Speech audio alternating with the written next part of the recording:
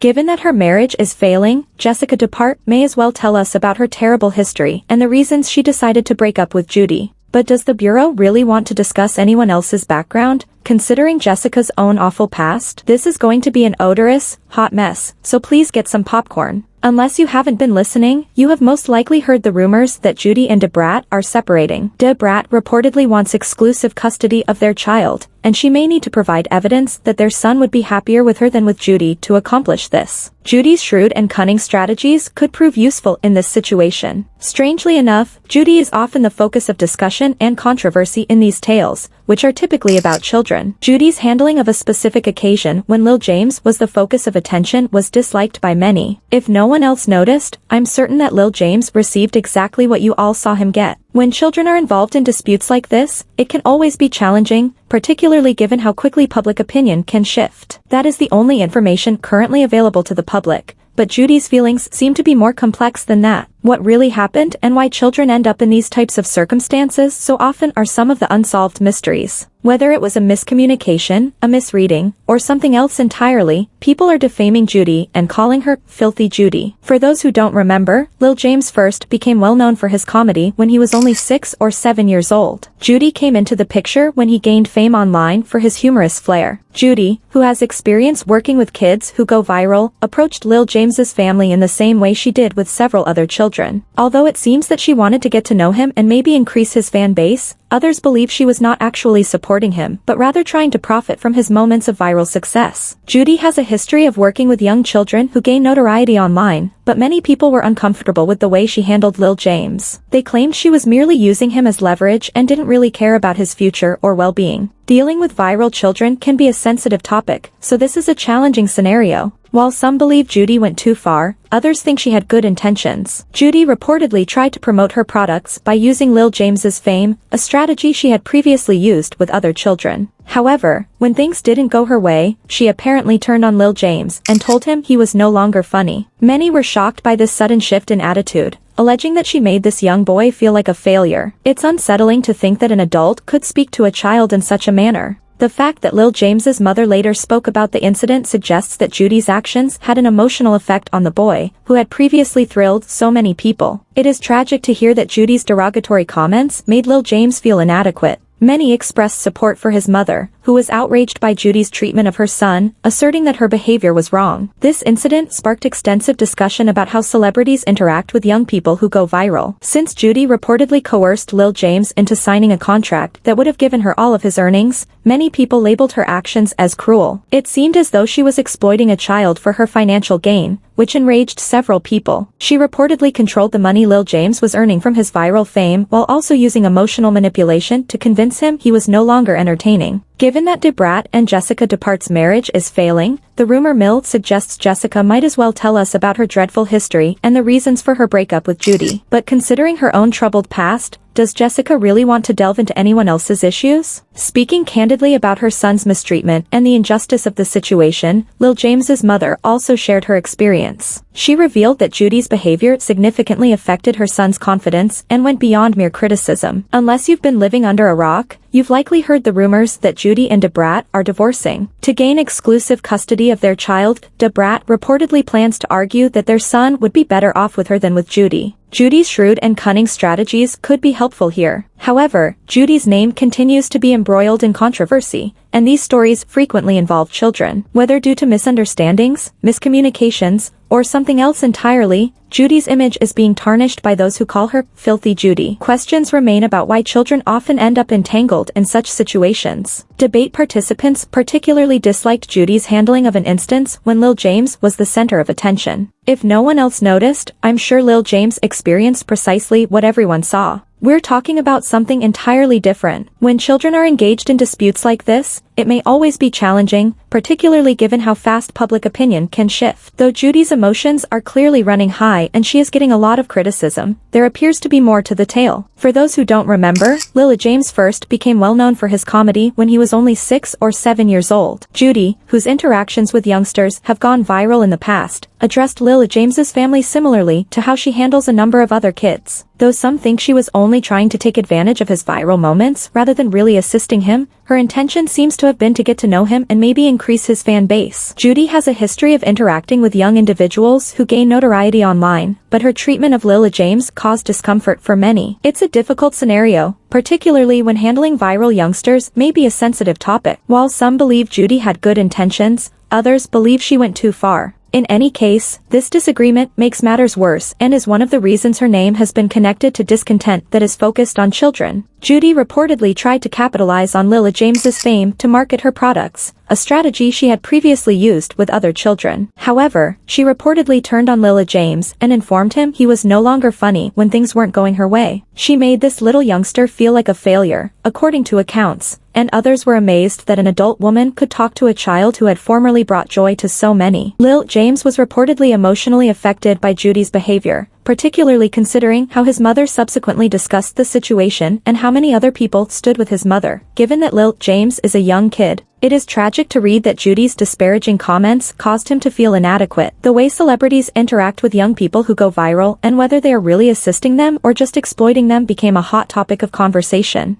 Many people believed that Judy was plainly nasty in this case, and to make matters worse, she reportedly coerced Lila James into signing a contract that would have given her all of his earnings. She reportedly handled the money Lila James was making from his rise to viral popularity in addition to utilizing her emotional control to persuade him he was no longer amusing. Speaking candidly about her son's mistreatment and the injustice of the circumstance, Lila James's mother also spoke about the experience. She said that Judy's actions had a profound effect on Lila James and went beyond straightforward criticism. Because it seemed that she was exploiting a kid for her own financial benefit, her choice enraged several. Despite she has numerous obligations and commitment, many were astonished by Judy's effort to blame her for the drowning tragedy since it seemed that Judy was prepared to sacrifice her former best friend in order to escape accountability. This treachery not only demonstrated that Shia's efforts had gone unreported until the wrongful death case surfaced, but it also seriously harmed Judy's image. Shia was left to cope with the tragedy's psychological and legal ramifications. She was in charge of Kaleidoscope's everyday operations, which included planning events and handling invoicing and payments, in addition to her duties in the office. Not only did she participate in the company's marketing efforts, but she also gave her thoughts to assist in determining the brand's future. To put it another way, Shia filled in when required and completed a range of activities. Shia was a trustworthy team member who took an active role in crucial company activities,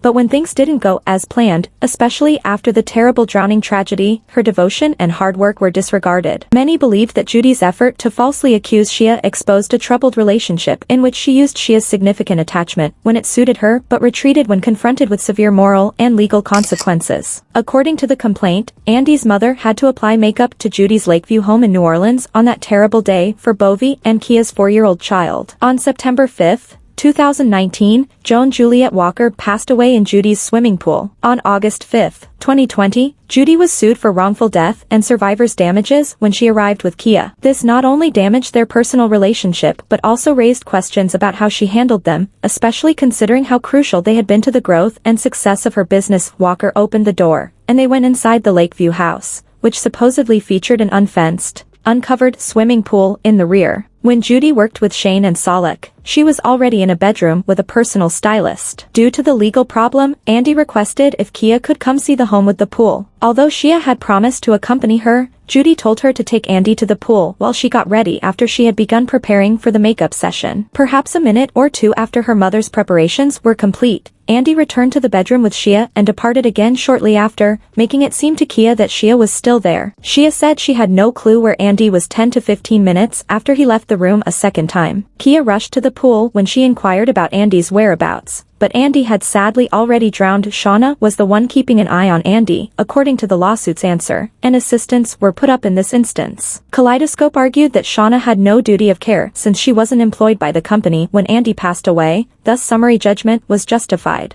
That is to say, they were trying to clear Judy of any liability, and Judy also submitted a motion claiming that there was no evidence linking her to Shia's alleged neglect. A year after being married to Judy, the Brats announced they were expecting their first kid together. They used IVF to conceive the child using Judy's egg and sperm from an anonymous donor from Creo Bank. Judy argued that she had no duty to Andy. Shia and Brad even said, "I never thought I was going to have kids. At the time, I simply believed that I wasn't cut out for it. My life has been full, full, and my job has been full. Things became much more complex when Judy and Shia began dating. After that occurrence, my path to parenthood has been more remarkable than we could have ever envisioned, and I had assumed that it wouldn't occur since I didn't get pregnant sooner. Shia is perfect in every way, so it's impossible that he left me, but coincidentally, he has 2 sons called True and Legend. I don't believe Judy named her kid after Shia's children since she is a real person and knows their names. Numerous names in the world suggest that Judy has always been a crafty and malevolent person. It didn't have to be my 2 boys' names, Shia said in a post in reaction to what was going on there. I advise you to stand back. I find it annoying when demons attempt to harm my children. Since True and Legend are very popular names these days, I may understand if it were just one name, but to many others, it would be 2 names. In response to Shia's statement, Judy said, "I'm so fed up with you and your wicked ways. I've kept quiet for years." That's a name that a lot of people have. She added, "Any disparaging remarks on either of their names will be deleted from my page." Her kids don't mention other people anymore. Judy is charged with scamming many individuals and letting her ex-girlfriend and others take the fall for it. Numerous sites claim that she is a professional fraudster. This discussion went on to describe how Judy's ex-partner was convicted of fraud and given a jail term. In order to prevent people from discovering her dishonesty and how she had set them up for prison time, Judy reportedly bought every copy of the former's book when it was out and destroyed all of her work. "You named your child after my kids in an attempt to draw attention to Judy's inappropriate conduct. You've gone too far now, no matter how many sponsored interviews or blogs you wanted to do." Many people now believe that Brat and Judy's marriage was a planned decision, while others argue that Brat has no right to know about anybody else's history since our own is just as dubious. After reportedly fighting with a lady over VIP seats at a nightclub in Georgia, this man was taken into custody. According to the authorities, during the confrontation, Brad struck the lady over the head with a pistol. In addition to Judy's dating history, there are allegations that this lady has been dishonest from the start. Additionally, Shayla Stevens was assaulted by Brad while she was a part-time waitress and hostess at Jermaine Price Tucker nightclub, Studio 72. Brad was sentenced to $1,000 and a year of probation for her role as a hostess at a private Halloween party the following year after she agreed to reckless behavior, a misdemeanor service to the community. After her supporters pushed her to leave the VIP lounge, the lady was transported to the hospital and had 6 stitches put in her skull. After Brad reportedly assaulted her at a nightclub party, Shayla filed a lawsuit against Brad. She received a sentence of 200 hours of community service, 7 years on probation, and 3 years in jail. In addition, the court ordered that Brad undergo drug treatment, a mental health assessment, and anger management lessons. But when Shayla tried to escape, Brad allegedly smashed a nearly full bottle of rum over her head. In her case, Shayla said that she had significant injuries to her head and face, resulting in lifelong scarring and nerve damage. She also said that her facial deformity, which cost her money in addition to medical care and pain and suffering, interfered with her job as a professional cheerleader and actor. To make matters worse, Jermaine Pry was afraid about negative publicity for Studio 72. Brad was not taken out of the club by his security, nor was she shielded from him. He didn't report Brad to the police or get her the proper and timely medical care, especially when she hasn't even paid Shayla the millions of dollars she was ordered to pay. This individual has no right to disclose the criminal past of others. What are your thoughts on Judy's reported criminal history and disagreeable personality? Should the Brat disclose this, in your opinion, or is this what led to her and the Brat growing apart? So what do you think? Drop your thoughts in the comments section below. And if you don't want to miss out on the hottest celebrity news, make sure to subscribe to Daily Finder.